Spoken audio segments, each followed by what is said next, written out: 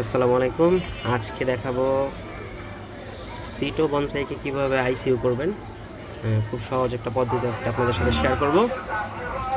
আশা করি সবার উপকারে আসবে। এটা একটা 5 লিটারের তেলের বোতল। আপনারা 5 লিটার পানির বোতলও নিতে পারেন, তেলের বোতলও নিতে পারেন, বা যে কোনো 5 লিটার এরকম একটা ট্রান্সপারেন্ট বোতল নেবেন।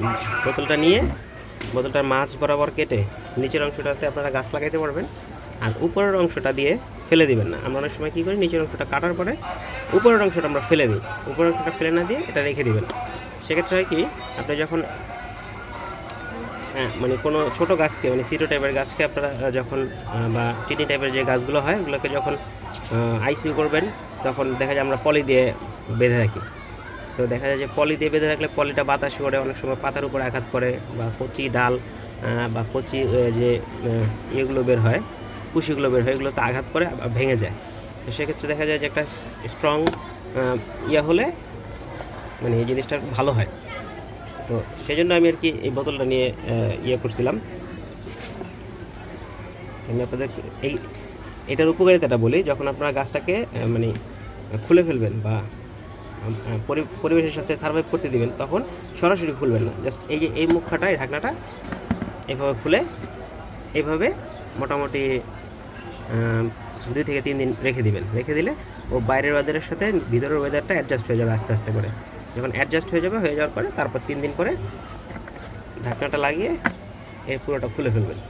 খুলে ফেলার পরে গাছটা আস্তে করে সার্ভাইভ করা শুরু করবে, তখন আর কোনো প্রবলেম হবে না। আমি আপনাদের একটু খুলে দেখাবো। আমি 3 থেকে 4 দিন আগে এটাকে আইসিইউ করে রেখেছিলাম, না একটু বেশি হবে, 7-8 দিন হবে মেবি। দেখি ভিতরে কী অবস্থা। মাশাআল্লাহ মাশাআল্লাহ, দারুণ গ্রোথ হয়েছে, দারুণ, মাশাআল্লাহ মাশাআল্লাহ, দারুণ গ্রোথ হয়েছে দেখেন। আর দেখতে পাচ্ছেন ভিতরে যে ওই কুয়াশার মতো লেগে আছে, এগুলো হচ্ছে ভিতরের আর্দ্রতা। হ্যাঁ, তো এই আর্দ্রতাটা আমি আবার আইসিইউ করে রাখবো এটাকে, এটা জাস্ট দেখার জন্য যে এটা কী অবস্থা, কোনো ডালপালা ক্ষতিগ্রস্ত হয়েছে কিনা বা মারা গেছে কিনা। আলহামদুলিল্লাহ খুব সুন্দরভাবে বেঁচে আছে বা সার্ভাইভ করতেছে। হ্যাঁ, আশা করি এটা গাছটা টিকে যাবে। এটা আমি একটা ছোট্ট সিটো বনসাই করার জন্য রেখেছি। এটা নিচে একটা পাথর দেওয়া আছে, মানে রুট ওভার রক করবো দিয়ে আমি এটাকে বড় টবে দিয়ে রাখছি। অন্তত 2 বছর রেখে দেবে এই টবে। তো 2 বছর পরে একটা মাশাআল্লাহ দারুণ একটা রেজাল্ট আশা করা যায়। তো আশা করি ভিডিওটা ভালো লাগছে। আর সবার জন্য যারা যারা সবুজ প্রেমী, গাছপ্রেমী, বা যারা ঘরে বনসাই করেন, বারান্দায় বনসাই করেন, তারা অল্প জায়গার মধ্যে এই সিস্টেমে আপনারা আইসিইউটা করে রাখতে পারবেন। হ্যাঁ, এটা খুবই দারুণ একটা সিস্টেম।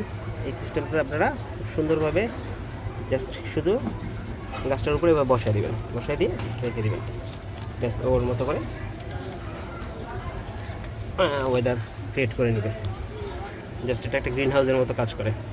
রোদের আলোটা ভিতরে যায়, একটা তাপ উৎপন্ন করে, তাপটা ভিতরে থেকে যায়, তাপটা তেমন একটা বাইরে বের হয় না।